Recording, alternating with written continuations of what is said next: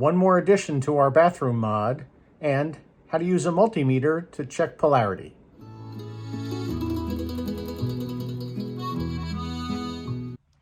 Hey, Guy here. Welcome back to Amore Van for this update on our bathroom mod.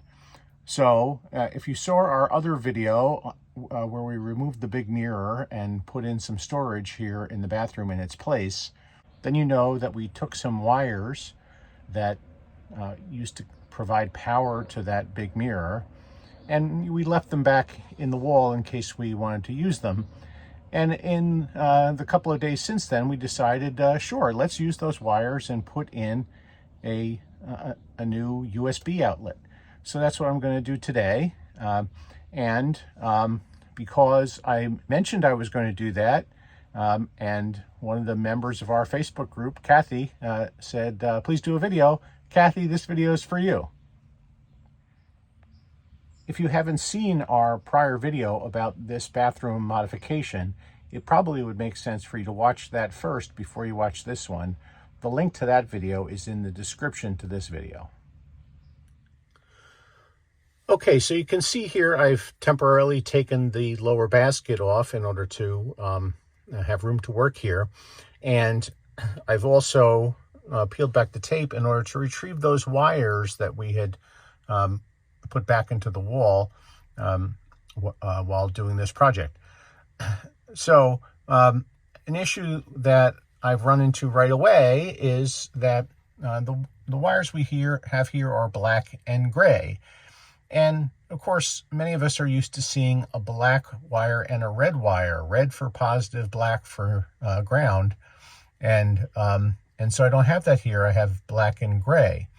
So I'm guessing that the gray wire is the positive and the black is the ground, but I don't really want to guess. And so you can see here I've hooked up a multimeter in order to test the polarity of the wires here. In case you've never had reason to do that, I might as well take this opportunity to show you how that's done. Now, if I were doing this on my own, probably then rather than those alligator clips on the end of my multimeter probes, I would just touch the wires with the probes. But I want to have my hands free in order to operate the camera here, and so I've put alligator clips on.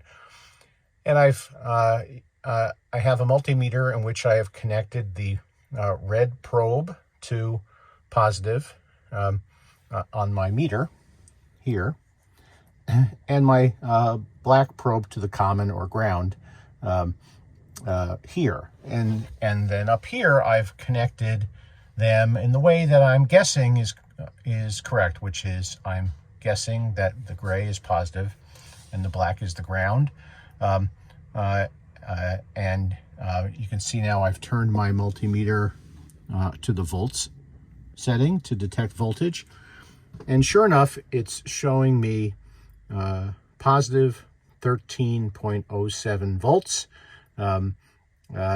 which sounds right since this is a 12-volt circuit, and we know that 12 volts doesn't mean you get exactly 12 volts. It's often a little bit more, as it is here.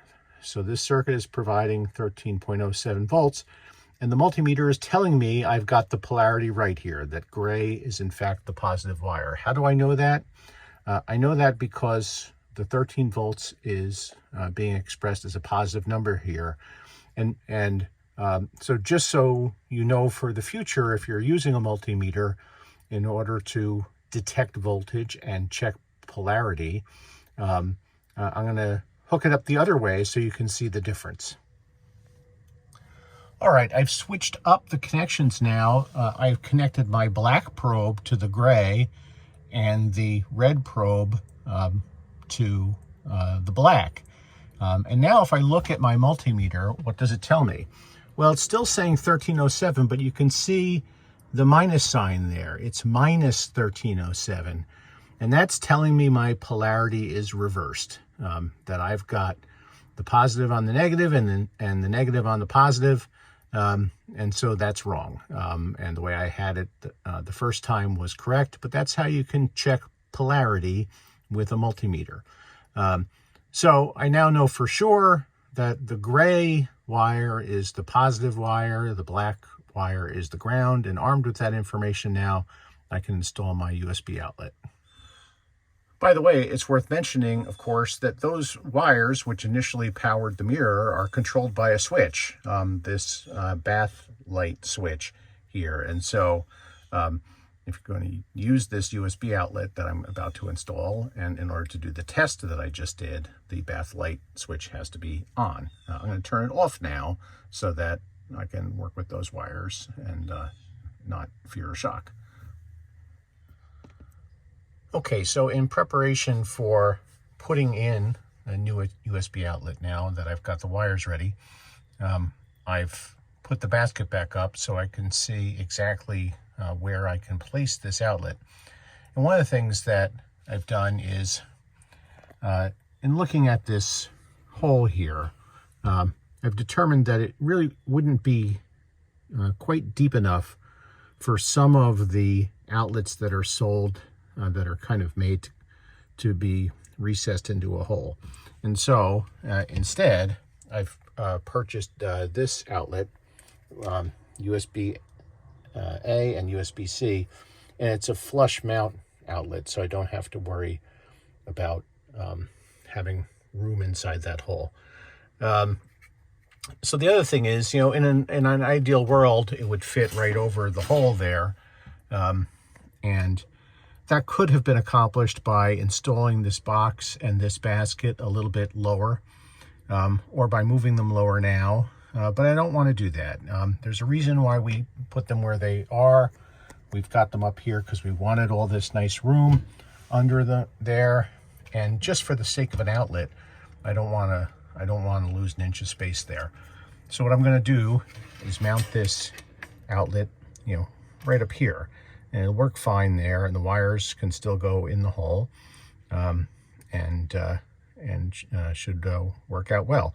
And then I'll tape over the hole just as I did before. So first things first, we have to connect the wires.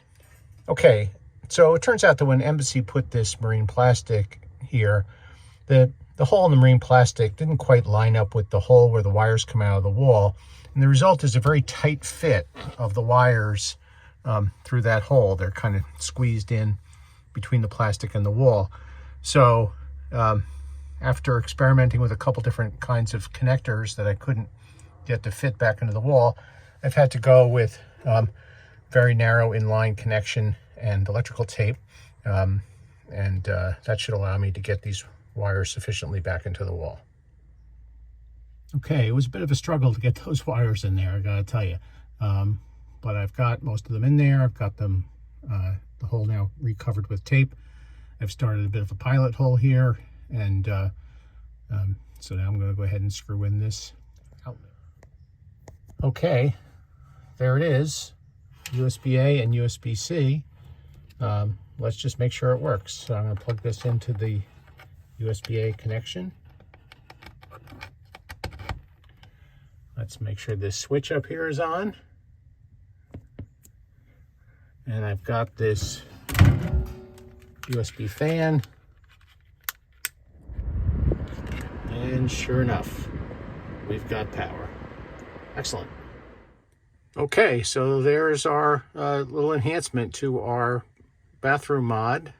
We've repurposed the electrical wires from the old light up mirror and used them to install an additional USB-A and USB-C charging station.